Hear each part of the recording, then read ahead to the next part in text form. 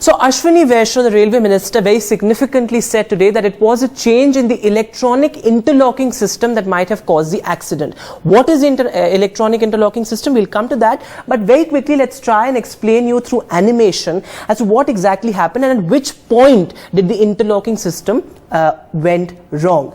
So first, remember, this is the Coromandel Express and the Howrah Express on parallel tracks on the up main line and the down main line, and it was at this point where the Coromandel Express was led off the main line and it went to the loop line and went on top of the stationary goods train that was already there at one of the loop lines. Now this is essentially the point at which there was either a signaling error or there was improper routing. Now both signaling as well as routing is controlled by the interlocking system. Let's try and understand what the interlocking system is all about. Now remember, it is an electronic interlocking system that essentially controls rail movement and makes sure that one train can switch from one track to another smoothly and safely. The other important point is that it is the interlocking system that ensures that at no point is one train attempting to get on a track on which there's already another train, which is what happened in this case, where two trains were on the same track and that subsequently led to the derailment. So the interlocking system basically works, it's an integration between switch points, signals and track circuits. Now what are each of these? Let's go to that graphic on where we explain what these three things are. Switch points essentially are movable sections of a track which lead one train from one track to another. So these switch points have to be activated well in advance so that a train essentially can pass over the switch point and move from one line to another, say from a main line to a loop line. They manipulate the entire interlocking system, so these are crucial because they lead one train from one track to another. Now switch points work very closely with track circuits. Now they have to be aligned in a way so that there's a signal for a train to move over them and move to the next track. Now what are track signals? Let's go to that point. Track circuits are installed to detect a train's presence on a particular track.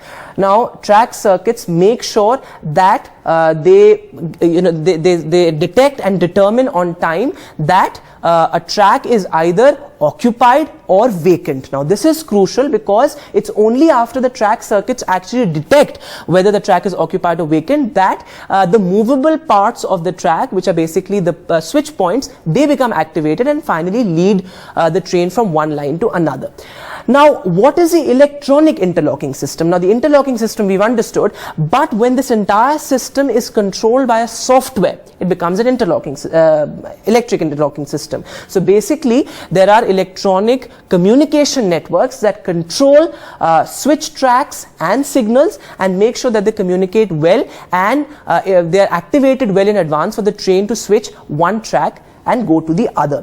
Now in this scenario, what could have gone wrong? See, the final probe report is yet to be out, but let's examine the various scenarios. Railway Minister has said that a change in the electronic interlocking system led to the Odisha crash. But what does it actually mean? So it means that actually when the Coromandel got off the main line and went to the loop line, there was either wrong signaling or faulty routing. That means that switch point got wrongly aligned and the train went to the loop line, or the other aspect could actually be that there was improper signaling and the track circuits could not detect that this particular track was already occupied by a stationary goods train and the Coromandel got onto the loop line. So these are the possible scenarios in this particular case. It will become more sort of clear when the final probe report is out. So let's go back to the animation very quickly once and try and understand that point. So this is the point. So here if you can see that there are four tracks, track A, B, C, D, and it is the signals,